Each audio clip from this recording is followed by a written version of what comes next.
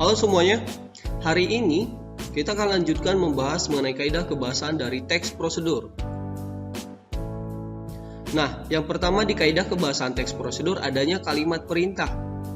Kalimat perintah adalah kalimat yang mengandung makna memerintah, meminta orang untuk melakukan sesuai dengan apa yang diinginkan penyuruh. Atau kalimat perintah ini disebut juga dengan kalimat yang mengandung komando. Berarti di sini kita harus mengikuti apa yang menjadi perintah ataupun instruksi yang diberikan. Sebagai contoh, posisikan tubuh sejajar dengan monitor. Berarti kita harus mengikuti kalimat ini ataupun instruksi ini. 2. Bentuk pasif. Bentuk pasif kalimat yang subjeknya dikenai perbuatan atau aktivitas. Biasanya menggunakan imbuhan ter dan di.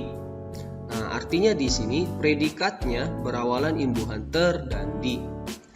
Kita langsung ke contoh, tombol keyboard ditekan dengan lembut. Kalau kita analisis kalimat ini, strukturnya, mana subjek, predikat, objeknya.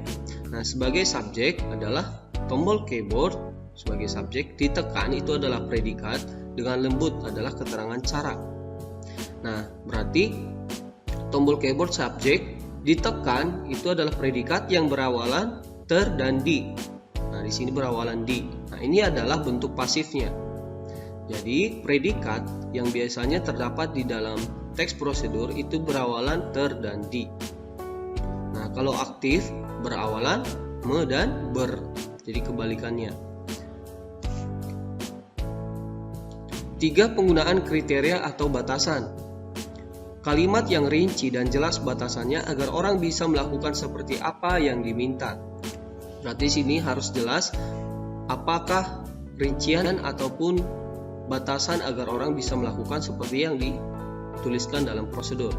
Sebagai contoh yang pertama, masukkan garam 2 sendok teh. Berarti di sini garamnya tidak boleh kurang ataupun lebih.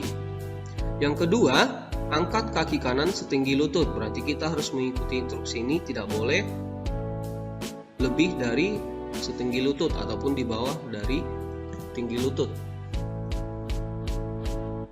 4. Adverbia atau kata keterangan. Adverbia ini adalah kelas kata yang memberikan keterangan kepada orang lain, seperti verba atau kata kerja ataupun adjektiva kata sifat. Adverbia ini dibedakan lagi ke dalam beberapa jenis. Adalah keterangan cara atau adverbia cara. Adverbia ini menambah keterangan cara pada kegiatan atau peristiwa yang terjadi. Sebagai contoh, bungkuslah adonan dengan rapat. Berarti cara yang dilakukan adalah membungkus adonan dengan rapat. Nah, bagian yang ditebalkan adalah caranya dengan rapat. Yang kedua, minum cairan tanpa diaduk. Berarti caranya adalah tanpa diaduk. 2. Keterangan alat. Adverbial ini menjelaskan alat yang digunakan pada sebuah kegiatan atau peristiwa, misalnya dengan, menggunakan, dan sebagainya. Sebagai contoh, para penebang kayu itu menebang pohon dengan gergaji mesin. Berarti para penebang kayu di sini menggunakan alatnya, alat untuk menebang kayu yaitu dengan gergaji mesin. Atau masaklah dengan oven. Berarti di sini alatnya adalah oven. 3. Keterangan tujuan. Adverbial ini menambah informasi tujuan pada kalimat, misalnya untuk, supaya, agar. Sebagai contoh, malam jangan terlalu panas agar tidak merusak kain. Berarti di sini ada keterangan tujuan yang digunakan, yaitu agar. 4. Keterangan derajat atau kuantitas. Kata ini menambah keterangan kuantitas pada sebuah kalimat yang disertainya. Sebagai contoh, setelah dicelup, angkat kain dengan secepatnya.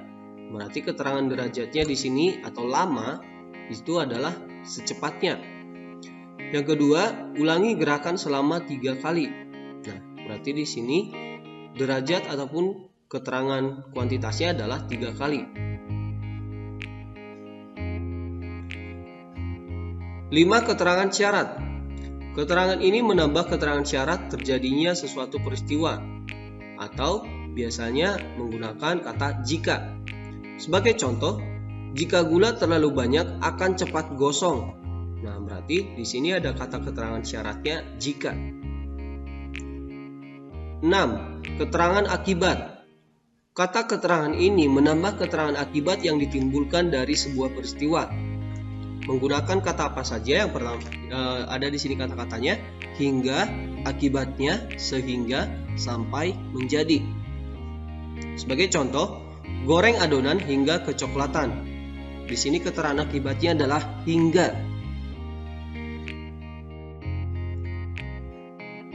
7. Keterangan saran. Kalimat berupa pendapat atau usul yang dikemukakan untuk pertimbangan, misalnya sebaiknya, seharusnya. Contoh, keju sebaiknya dimasukkan sebelum kue menjadi dingin. Berarti di sini sarannya adalah sebaiknya.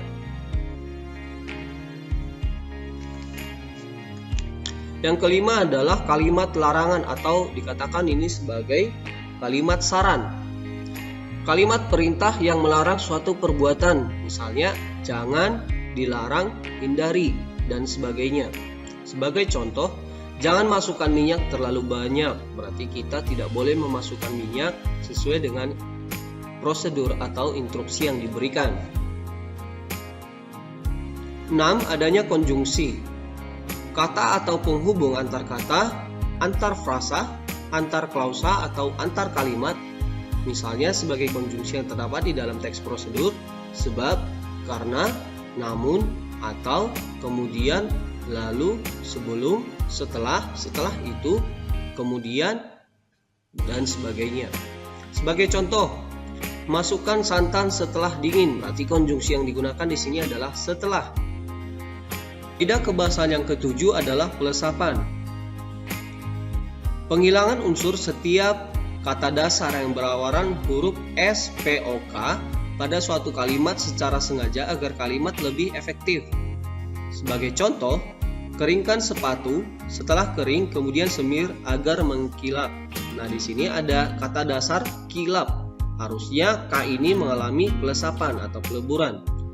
Harusnya mengilap. Kemudian juga kalau kita perhatikan, kalimat ini menggunakan kata yang terlalu boros. Di sini keringkan sepatu setelah kering. Nah, jadi bisa diganti kata-katanya sehingga menjadi efektif. Menjadi yang benarnya adalah keringkan sepatu, kemudian semir agar mengilap. Ini sudah efektif. Apakah kamu paham materi ini? Silakan lanjutkan diskusi dan latihan.